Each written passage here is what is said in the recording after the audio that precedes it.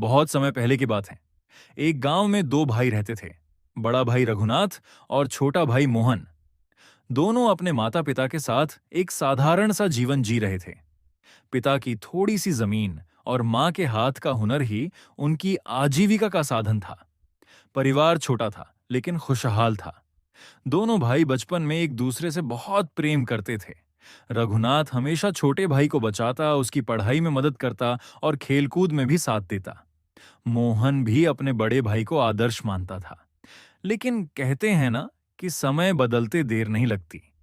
पिता का देहांत हो गया और मां भी कुछ वर्षों बाद चल बसी। माँ बाप के जाने के बाद दोनों भाइयों के पास उनकी छोड़ी हुई थोड़ी सी जमीन, एक घर और कुछ पशु ही बचे। अब जिम्मेदारी दोनों भाइयों पर आ गई। शुरुआत में सब ठीक ठाक चला। दोनों साथ में खेत में काम करते, फसल काटते और घर का खर्चा चलाते। लेकिन धीरे धीरे बड़े भाई रघुनाथ के मन में लालच घर करने लगा। उसे लगने लगा कि उसने ही ज्यादा मेहनत की है, उसने ही माता पिता की सेवा की थी, इसलिए ज्यादा हिस्सा उसी का होना चाहिए। मोहन सीधा साधा था। वह कहता, भैया, हम दोनों मिलकर काम करेंगे तो सब ठीक रहेगा।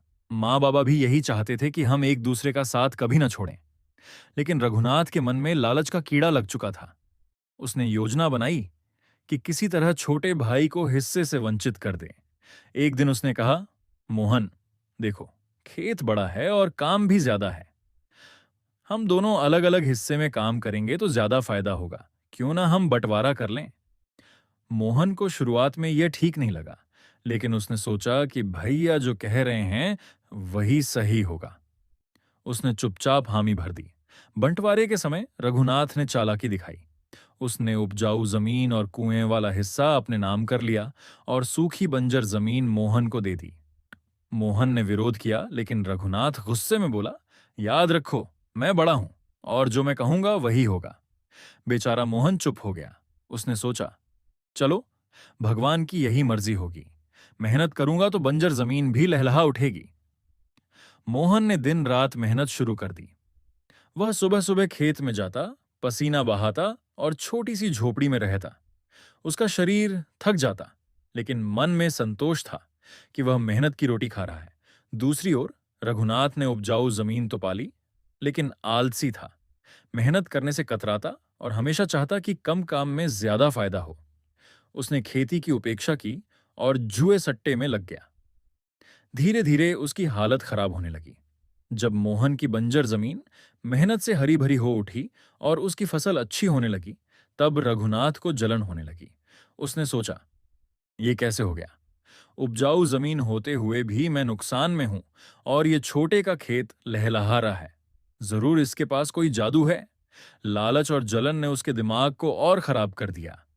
एक दिन रघुनाथ रात को चोरी छिपे मोहन के खेत में गया और फसल काटकर अपने घर ले गया। सुबह जब मोहन ने देखा तो उसकी आंखें भर आईं, लेकिन उसने सोचा, शायद भैया को जरूरत रही होगी।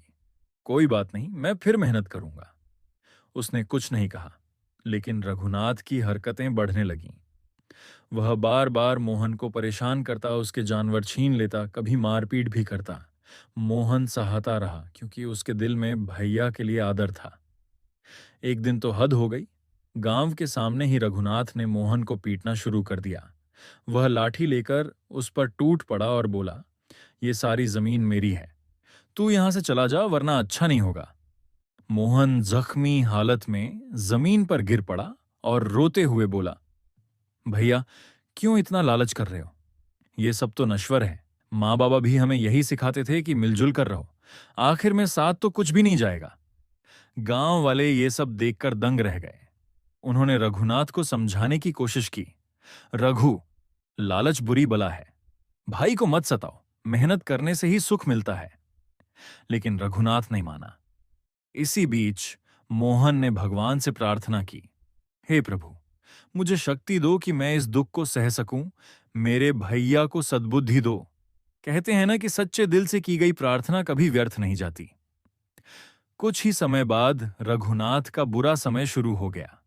उसकी जमीन में कीड़े लग गए, फसलें बर्बाद हो गईं और जुए सट्टे के कारण घर का सब कुछ बिक गया। उधर मोहन मेहनत करता रहा और उसकी स्थिति धीरे धीरे सुधर गई। गांव वाले भी उसका साथ देने लगे। रघुनाथ भूखा प्यासा दर दर भटकने लगा। एक दिन उसे इतनी भूख लगी कि वह मोहन के दरवाजे पर जा पहुंचा।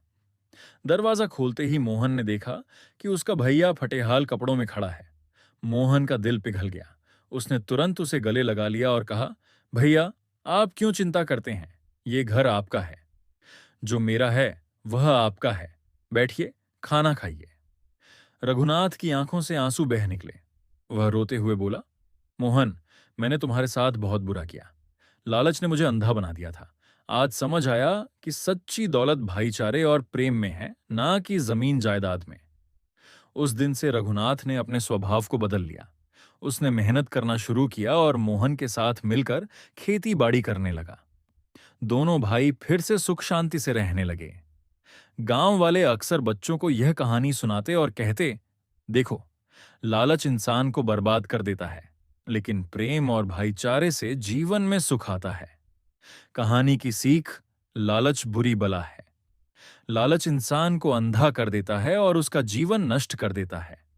मेहनत और भाईचारा ही सच्ची पूंजी है।